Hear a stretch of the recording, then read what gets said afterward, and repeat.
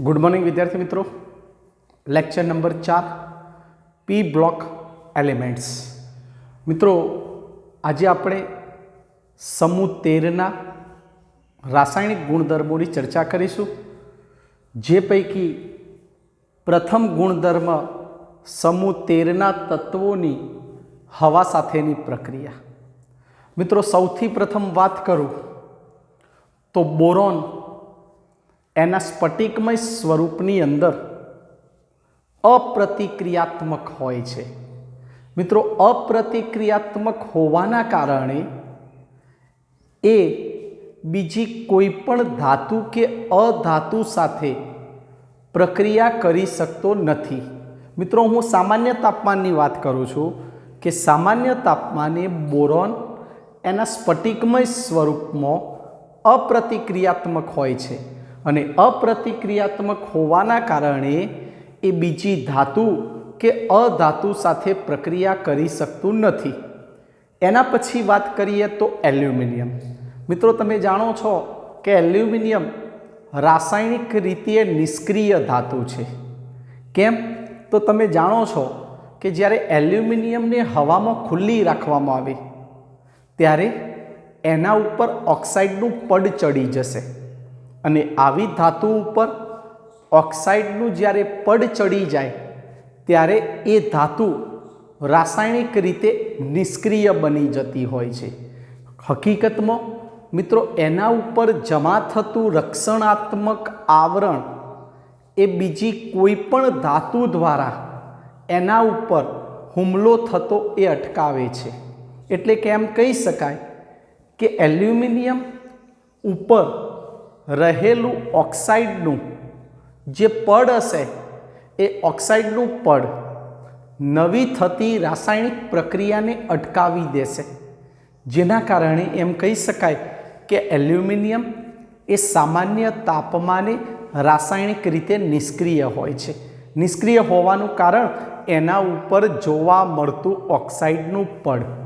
पण मित्रों एम कही शकाय कि आवी बोरोन अने एल्युमिनियम ने ज्यारे ऊंचा तापमाने गरम करवामां आवशे, बोरोन अने एल्युमिनियम ने ऊंचा तापमाने ज्यारे गरम करवामां आवशे त्यारे एवुं कहेवाशे मित्रों कि बोरोन ऊंचा तापमाने B2O3 नामनुं संयोजन बनावशे, जेने आपणे बोरोन ट्रायोक्साइड तरीके ओळखीशुं।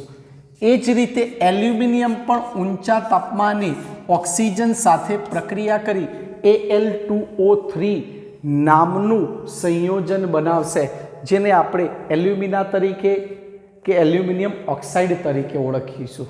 मित्रों तमे बधा जाणो छो कि ज्यारे समूह 13 ऑक्साइडनी वात आवे तो समूह 13 तत्वों M2O3 प्रकारनो ऑक्साइड बनावशे।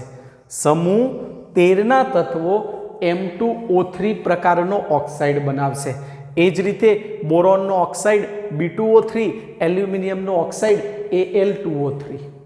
बीजी मित्रों बात करिए तो आज बोरोन ज्यारे डायनाइट्रोजन साथे प्रक्रिया करशे, आज बोरोन ज्यारे डायनाइट्रोजन साथे प्रक्रिया करशे त्यारे जे संयोजन बनावशे ए संयोजननुं नाम बोरोन नाइट्राइड बनावशे।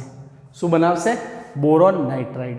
એટલે આપણે એમ કહી શકીએ કે બોરોન અને એલ્યુમિનિયમની ઊંચા તાપમાને જ્યારે એને ગરમ કરવામાં આવશે, બોરોન અને એલ્યુમિનિયમને ઊંચા તાપમાને ગરમ કરવામાં આવશે ત્યારે B2O3 અને Al2O3 જેવા ઓક્સાઇડ બનાવશે। એ જ પ્રકારે બોરોન ડાયનાઇટ્રોજન સાથે પ્રક્રિયા કરતા બોરોન નાઇટ્રાઇડ સંયોજનો બનાવશે। હવે મિત્રો વાત કરીએ ઓક્સાઇડની તો બોરોનનો ઓક્સાઇડ B2O3, એલ્યુમિનિયમનો ઓક્સાઇડ Al2O3, ગેલિયમનો ઓક્સાઇડ Ga2O3, ઇન્ડિયમનો ઓક્સાઇડ In2O3 અને થેલિયમનો ઓક્સાઇડ Tl2O3। આ મેં એના ઓક્સાઇડની વાત કરી, આ બધા મેં એના ઓક્સાઇડની વાત કરી। मित्रों आ बधा ज ऑक्साइड माटे एक सौथी महत्वनी बात कि ज्यारे तमे आ खूब अगत्यनी बाबत કે જ્યારે તમે આ સમૂહની અંદર ઉપરથી નીચે આવશો ને ત્યારે ઓક્સાઇડનો ધાત્વીય ગુણધર્મ વધતો જશે અને આ ઓક્સાઇડનો ધાત્વીય ગુણધર્મ વધવાની સાથે સાથે એમ કહી શકીશું કે આ બધા જ ઓક્સાઇડ સ્વભાવે કેવા હશે? બેઝિક હશે, નીચે જતા. એટલે આપણે એમ કહી શકીએ કે બોરોન B2O3 ઓક્સાઇડ સ્વભાવે કેવો હશે? એસિડિક. શા માટે? તો ગઈકાલે મેં તમને શીખવાડ્યું હતું કે બોરોન એ અધાતુનો ગુણધર્મ ધરાવશે, માટે એનો ઓક્સાઇડ સ્વભાવે એસિડિક હશે. મિત્રો, એલ્યુમિનિયમનો ઓક્સાઇડ સ્વભાવે તમને ઉભય ગુણધર્મી જોવા મળશે. કેવો જોવા મળશે? ઉભય ગુણધર્મી જોવા મળશે. આ પોઈન્ટ નોંધ કરી રાખજો કે બોરોનનો ઓક્સાઇડ જે હશે એ બોરોનનો ઓક્સાઇડ એ સામાન્ય રીતે ઉભય ગુણધર્મી ગુણધર્મ ધરાવતો હશે. એ જ રીતે ગેલિયમનો ઓક્સાઇડ પણ ઉભય ગુણધર્મી ઓક્સાઇડ તરીકે ઓળખાશે. જ્યારે નીચે બાકી રહેલા બે ઓક્સાઇડનો ગુણધર્મ ધાત્વીય ઓક્સાઇડ એટલે કે બેઝિક ઓક્સાઇડ તરીકે હશે. બરાબર ધ્યાનથી જોજો, આ ઓક્સાઇડ કેવા હશે? તો આ ઓક્સાઇડ બેઝિક હશે. એટલે એમ કહી શકાય કે થેલિયમનો ઓક્સાઇડ એ સૌથી વધુ પ્રબળ બેઝિક હશે. થેલિયમનો ઓક્સાઇડ એ સૌથી વધુ પ્રબળ બેઝિક હશે. બસ આટલું જ યાદ રાખો. ફરીથી રિવિઝન કરાવી દઉં. બોરોન એના સ્ફટિકમય સ્વરૂપમાં અપ્રતિક્રિયાત્મક ધાતુ હોય છે, જ્યારે એલ્યુમિનિયમ એ રાસાયણિક રીતે સક્રિય ધાતુ, જેને પરિણામે એને જ્યારે હવામાં ખુલ્લી રાખવામાં આવશે ત્યારે એના ઉપર ઓક્સાઇડનું પડ ચડી જશે, જે રાસાયણિક રીતે ધાતુને નિષ્ક્રિય કરી દેશે અને નિષ્ક્રિય થતી હોવાના કારણે એના ઉપર અન્ય ધાતુ કે અધાતુનો જે હુમલો થતો હશે એ હુમલાને એ રોકી દેશે.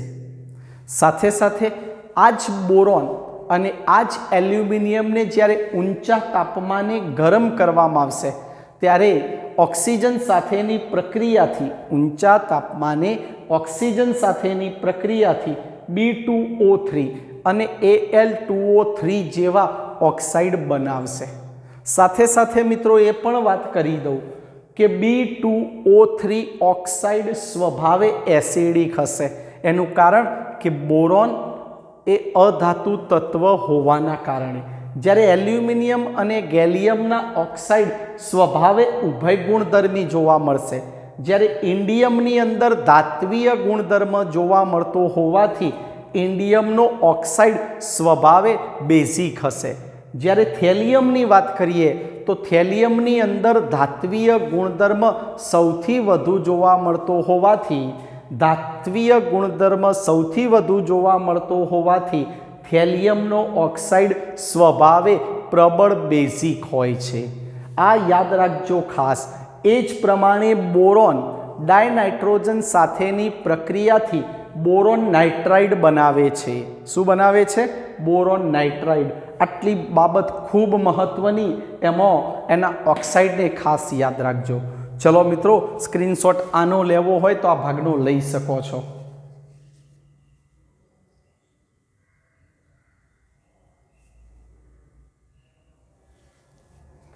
ચલો, થઈ ગયું મિત્રો. હવે વાત આવી એસિડ અને આલ્કલી સાથે પ્રક્રિયા. મિત્રો, સૌથી મહત્વની વાત કરું તો નીચા તાપમાને અથવા તો મધ્યમસર તાપમાને બોરોન અને એલ્યુમિનિયમ એસિડ કે બેઝ સાથે પ્રક્રિયા કરી શકતા નથી. નીચા તાપમાને અથવા મધ્યમસર તાપમાને બોરોન કે એલ્યુમિનિયમ એસિડ સાથે પ્રક્રિયા કરી શકતા નથી, પણ થોડાક ઊંચા તાપમાને એલ્યુમિનિયમ ખનિજ એસિડ એટલે કે HCl સાથે એ પ્રક્રિયા કરી શકશે. જ્યારે આલ્કલીની વાત કરીએ તો એલ્યુમિનિયમ આલ્કલી એટલે કે NaOH ની અંદર દ્રાવ્ય થઈ શકશે. જે પૈકી મિત્રો અહીંયા તમે જોઈ શકો છો કે વાત કરીએ તો એલ્યુમિનિયમ, મેં હમણાં જ કહ્યું કે એલ્યુમિનિયમના અંદર ઉભય ગુણધર્મી હોય છે અને એલ્યુમિનિયમ એ સ્વભાવે ઉભય ગુણધર્મી હોવાના કારણે એ એસિડ અને બેઝ બંને સાથે પ્રક્રિયા કરી શકશે, જે પૈકી અહીંયા મેં એલ્યુમિનિયમની એસિડ સાથે પ્રક્રિયા દર્શાવી. અને મિત્રો સામાન્ય રીતે જ્યારે એલ્યુમિનિયમની HCl સાથે ખનિજ એસિડ સાથે પ્રક્રિયા કરશો તો એલ્યુમિનિયમ ટ્રાયક્લોરાઇડ AlCl3 બનાવશે. શું બનાવશે? AlCl3. એ જ પ્રમાણે એલ્યુમિનિયમ એ આલ્કલી સાથે પ્રક્રિયા કરી શકશે. આલ્કલી એટલે કે NaOH. એમ કહી શકાય છે મિત્રો કે એલ્યુમિનિયમ આલ્કલીના દ્રાવણમાં NaOHના દ્રાવણની અંદર એ સંપૂર્ણ રીતે દ્રાવ્ય થઈ જશે. અને દ્રાવ્ય થઈ જવાની સાથે સાથે આવું એક સંકીર્ણ સંયોજન બનાવશે. જે સંકીર્ણ સંયોજન મેં તમને કોઈક વખતે અગાઉના પ્રકરણમાં વાત કરી હોય કે સંકીર્ણ સંયોજન હશે એ ચોરસ કૌંસમાં હશે અને એના ઉપર જો વીજભાર ઋણ હશે તો એવા સંકીર્ણ સંયોજનોની નામકરણની અંદર એટ પ્રત્યય લાગતો હશે. અહીંયા એનું નામકરણ કર્યું સોડિયમ, 4 હોવાથી ટેટ્રા, OH માટે શબ્દ વાપર્યો હાઇડ્રોક્સો, અને એલ્યુમિનિયમની પાછળ એટ પ્રત્યય લાગ્યો એલ્યુમિનેટ. જ્યારે એની સંયોજકતાને રોમનમાં લખી sodium tetra hydroxo aluminate 3 ion. Sodium tetra hydroxo aluminate 3 ion મતલબ આલ્કલી સાથે પ્રક્રિયા કરી શકશે અને એસિડ સાથે પણ એ સામાન્ય રીતે પ્રક્રિયા કરી શકશે. પરંતુ મિત્રો સૌથી મહત્વની વાત કરીએ તો એમ કહી શકાશે કે એલ્યુમિનિયમ સાંદ્ર નાઇટ્રિક એસિડ સાથે પ્રક્રિયા કરી શકતું નથી. કેમ? તો એના ઉપર ઝડપથી એલ્યુમિનિયમ ઓક્સાઇડનું Al2O3નું રક્ષણાત્મક પડ ચડી જતું હોવાથી એ સરળતાથી પ્રક્રિયા કરી શકતું નથી. યાદ રાખજો. હવે ત્રીજો ગુણધર્મ આવ્યો હેલોજન સાથે પ્રક્રિયા. કોની સાથે આવી? હેલોજન સાથે પ્રક્રિયા. મિત્રો એક વાત કરીએ તો હેલોજન સાથે આલ્કલી ધાતુઓ સરળતાથી પ્રક્રિયા કરી શકશે અને કેવા હેલાઇડ બનાવશે? ટ્રાયહેલાઇડ બનાવશે. કેવા હેલાઇડ બનાવશે? ટ્રાયહેલાઇડ. મતલબ તમારી સમૂહ 13ના તત્વો ધાતુ તત્વો M જ્યારે હેલોજન ડાયહેલોજન સ્વરૂપે લખાય અને મેં કહ્યું કે ટ્રાયહેલાઇડ એટલે MX3 પ્રકારના બનાવશે. બોલો સંતુલન કરી દેજો. થઈ ગયું સંતુલન? આનો મતલબ કે તમારે અહીં Mની જગ્યાએ B મૂકો બોરોન અને બોરોનની ડાયક્લોરિન સાથે પ્રક્રિયા કરશો તો BCl3 બનાવશે. શું બનાવશે? BCl3. મતલબ એમ કહી શકાય કે સમૂહ 13ના બધા જ હેલાઇડ કેવા બનશે? ટ્રાયહેલાઇડ પ્રકારના. કેવા બનાવશે? ટ્રાયહેલાઇડ. BCl3, AlCl3, GaCl3 આવા ટ્રાયહેલાઇડ બનાવશે. શું બનાવશે? ટ્રાયહેલાઇડ. સ્ક્રીનશોટ લેવો હોય તો તમે લઈ શકો છો.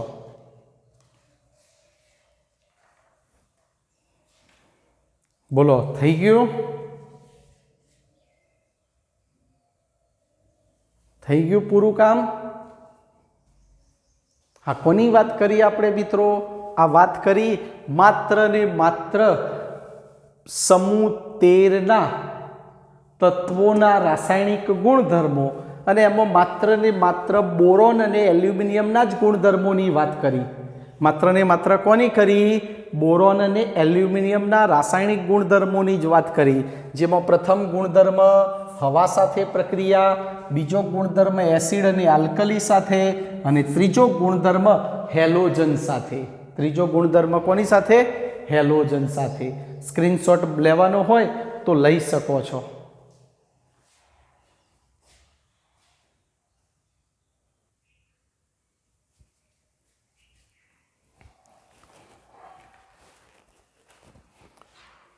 ચલો મિત્રો આગળ જઈશું. પ્રકરણનો સૌથી મહત્વનો પ્રશ્ન આવ્યો મિત્રો. સમૂહ 13ની અંદર જો પ્રિપેરેશનની વાત કરું, બનાવટની વાત કરું તો સૌથી મહત્વની જો બનાવટ હોય તો એ ડાયબોરેનની. મિત્રો એક વાત કરું એ બરાબર ધ્યાનથી સમજજો કે B2H6 જેને ડાયબોરેન તરીકે ઓળખવામાં આવે. મિત્રો સામાન્ય રીતે બોરોન સીધો ડાયહાઇડ્રોજન સાથે પ્રક્રિયા કરી શકતો નથી. બોરોન સીધો ડાયહાઇડ્રોજન સાથે પ્રક્રિયા કરી શકતો નથી અને બોરોનના હાઇડ્રાઇડ બનાવી શકતો નથી. બહુ મહત્વની બાબત યાદ રાખજો, બોરોન સીધો ડાયહાઇડ્રોજન સાથે પ્રક્રિયા કરી બોરોનના હાઇડ્રાઇડ બનાવી શકતો નથી. બીજી બાબત કે બોરોનના હાઇડ્રાઇડ ક્યારે પણ એકાકી સ્વરૂપમાં હોતા નથી. એકાકી સ્વરૂપમાં એટલે BH3 પ્રકારનું અસ્તિત્વ ધરાવતા નથી. એ બધા દ્વિઅણુ સ્વરૂપ ધરાવે છે. દ્વિઅણુ સ્વરૂપ એટલે બમણું થઈ ગયું, BH3 ના બદલે B2H6. એટલે યાદ રાખો, ફરીથી એક વાક્ય બોલું છું, બોરોન એ સીધો ડાયહાઇડ્રોજન સાથે પ્રક્રિયા કરી બોરોનના હાઇડ્રાઇડ બનાવી શકતો નથી. બીજું, બોરોનના હાઇડ્રાઇડ એકાકી સ્વરૂપમાં અસ્તિત્વ ધરાવતા નથી. બીજી એક વાત કે બોરોનના હાઇડ્રાઇડને, વાક્ય યાદ રાખજો, બોરોનના હાઇડ્રાઇડને ડાયબોરેન તરીકે ઓળખવામાં આવશે અથવા બોરેન સંયોજનો તરીકે ઓળખવામાં આવશે. બોરોનના હાઇડ્રાઇડને બોરેન સંયોજનો તરીકે ઓળખવામાં આવે છે, જે પૈકી B2H6 ને ડાયબોરેન તરીકે ઓળખવામાં આવશે. હવે સર્વપ્રથમ બોરેન એટલે કે ડાયબોરેનની બનાવટ જોઈશું. મિત્રો, ડાયબોરેન અણુસૂત્ર B2H6, આ ડાયબોરેન બનાવવા માટે એની બનાવટ, પહેલી બનાવટ કે બોરોન ટ્રાયફ્લોરાઇડ એટલે BF3 ની ડાયઇથાઇલ ઇથરની હાજરીમાં, અહીંયા ડાયઇથાઇલ ઇથર એ ઉદ્દીપક તરીકે વર્તશે અને એની હાજરીમાં લિથિયમ એલ્યુમિનિયમ હાઇડ્રાઇડ સાથે ની પ્રક્રિયાથી B2H6 બનાવી શકાય છે. બોરોન ટ્રાયફ્લોરાઇડ એટલે કે BF3 ની પ્રક્રિયા કોની સાથે કરવાની? લિથિયમ એલ્યુમિનિયમ હાઇડ્રાઇડ સાથે. આ પ્રક્રિયાની અંદર ડાયઇથાઇલ ઇથર એ ઉદ્દીપક તરીકે વર્તશે, જેની પ્રક્રિયાથી B2H6 ડાયબોરેન બની શકશે. ફરીથી, બોરોન ટ્રાયફ્લોરાઇડની ડાયઇથાઇલ ઇથરની હાજરીમાં લિથિયમ એલ્યુમિનિયમ હાઇડ્રાઇડ સાથે પ્રક્રિયા કરતા B2H6 ડાયબોરેન મળે છે. એટલે આનો મતલબ એવો થયો કે બોરોનના હાઇડ્રાઇડ બનાવવા હોય તો બોરોનના હાઇડ્રાઇડ બનાવવા માટે બોરોનના હેલાઇડની, વાક્યને સમજો, બોરોનના હાઇડ્રાઇડ બનાવવા માટે બોરોનના હેલાઇડની અન્ય ધાતુના હાઇડ્રાઇડ સાથેની પ્રક્રિયાથી મેળવી શકાય. બોરોનના શું લેવાના? હેલાઇડ. જ્યારે અન્ય ધાતુના શું લેવાના? હાઇડ્રાઇડ. એટલે કે બોરોનના હેલાઇડની અન્ય ધાતુના હાઇડ્રાઇડ સાથેની પ્રક્રિયાથી બોરેન સંયોજનો બનાવી શકાય. આ પહેલી પદ્ધતિ. એ જ માટે એની બીજી બનાવટ કે પ્રયોગશાળાના માધ્યમે બનાવવો હોય. કયા માધ્યમે? પ્રયોગશાળાના માધ્યમે બનાવવો હોય તો પ્રયોગશાળાના માધ્યમે બનાવવા માટે સોડિયમ બોરોહાઇડ્રાઇડ, યાદ રાખજો અણુસૂત્ર NaBH4, સોડિયમ બોરોહાઇડ્રાઇડની આયોડિન સાથે પ્રક્રિયા કરવામાં આવશે. સોડિયમ બોરોહાઇડ્રાઇડની આયોડિન સાથેની પ્રક્રિયાથી ડાયબોરેન સંયોજનો બનાવી શકાય છે. આ પ્રયોગશાળાની રીત આવી. યાદ રાખો, એવું પૂછે કે પ્રયોગશાળાની રીતે ડાયબોરેન બનાવવા માટેનું સમીકરણ આપો, તો પ્રયોગશાળાની રીતે ડાયબોરેન બનાવવા માટે સોડિયમ બોરોહાઇડ્રાઇડની પ્રક્રિયા કોની સાથે કરવામાં આવશે? આયોડિન સાથે. અને આયોડિન સાથે પ્રક્રિયા કરતાં B2H6 મળી રહેશે. જ્યારે ઇન્ડસ્ટ્રીયલ મેથડ, ઔદ્યોગિક રીતે ડાયબોરેન બનાવવો હોય તો ઔદ્યોગિક રીતે ડાયબોરેન બનાવવા માટે શું વાપર્યું? બોરોન ટ્રાયફ્લોરાઇડની સોડિયમ હાઇડ્રાઇડ સાથે પ્રક્રિયા કરી. જે હમણાં મેં કહ્યું હતું એમ કે બોરોનના હેલાઇડની અન્ય ધાતુના હાઇડ્રાઇડ સાથે, એમ પણ કહી શકશો કે સમૂહ 13ના હેલાઇડ અને સમૂહ 1ના હાઇડ્રાઇડ સાથેની પ્રક્રિયાથી B2H6 બનાવી શકાય. આ પ્રક્રિયા 450 કેલ્વિન તાપમાને થશે. જો ઇન્ડસ્ટ્રીયલ રીતે ડાયબોરેન બનાવવો હોય તો સમૂહ 13ના હેલાઇડની સમૂહ 1ના હાઇડ્રાઇડ સાથે 450 કેલ્વિન તાપમાને પ્રક્રિયા કરતા ડાયબોરેન સંયોજનો બનાવી શકાય છે. એટલે આ પદ્ધતિ જે થઈ એ ઔદ્યોગિક રીત. માટે યાદ રાખો, ડાયબોરેન બનાવવા માટે 3 પદ્ધતિ આવી: પ્રયોગશાળાની રીત, ઔદ્યોગિક રીત અને કોમન પદ્ધતિ. કોમન પદ્ધતિની અંદર પણ ફરીથી રિવિઝન કરાવી દઉં. બોરોન ટ્રાયફ્લોરાઇડની ડાયઇથાઇલ ઇથરની હાજરીમાં લિથિયમ એલ્યુમિનિયમ હાઇડ્રાઇડ સાથે પ્રક્રિયા કરતા B2H6 મળે છે.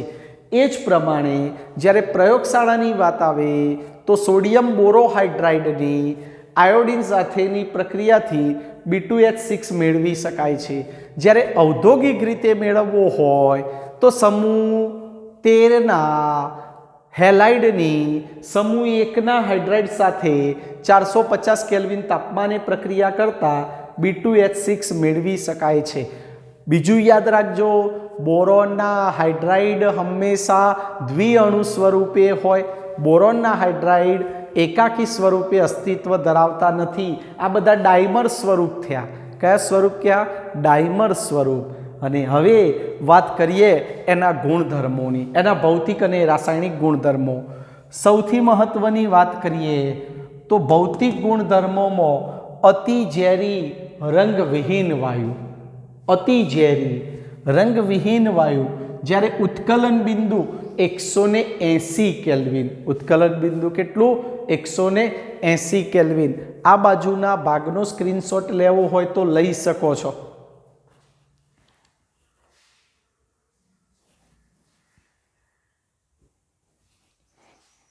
ચલો પૂરું. હવે વાત કરીએ એના રાસાયણિક ગુણધર્મોની. મિત્રો, રાસાયણિક ગુણધર્મો પણ ખૂબ મહત્વના.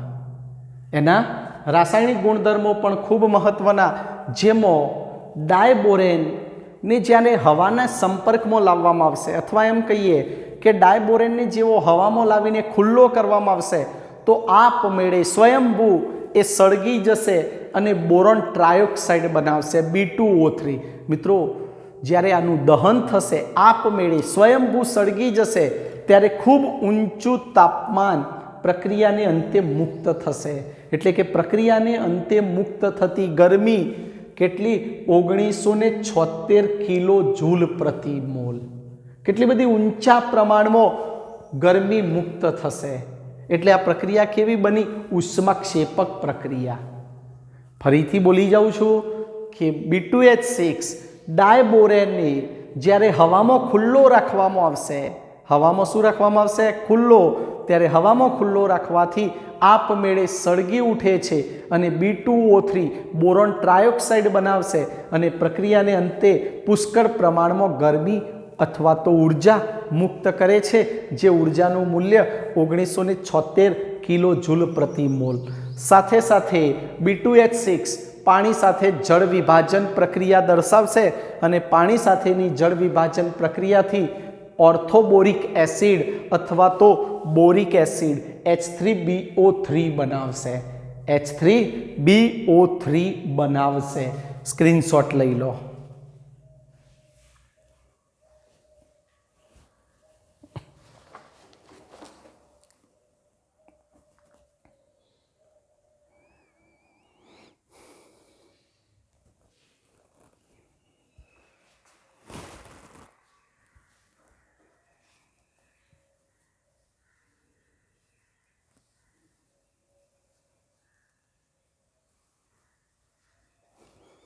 મિત્રો, એક રાસાયણિક ગુણધર્મનો એને ઉલ્લેખ કર્યો છે. કયો?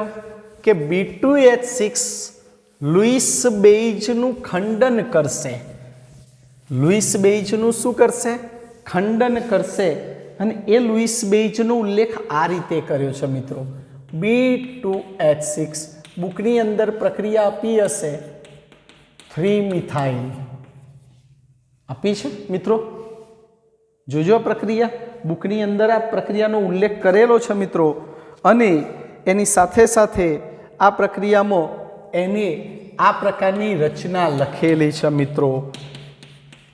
જોઈએ આ શું કહેવા માંગે છે તમને સમજાવું મિત્રો. પહેલામાં પહેલી વાત આવી કે તમને જો યાદ હોય તો આ મેં તમને હમણાં જ કર્યું કે આ દ્વિઅણુ સ્વરૂપ બતાવ્યું. કઈ સ્વરૂપ? દ્વિઅણુ સ્વરૂપ.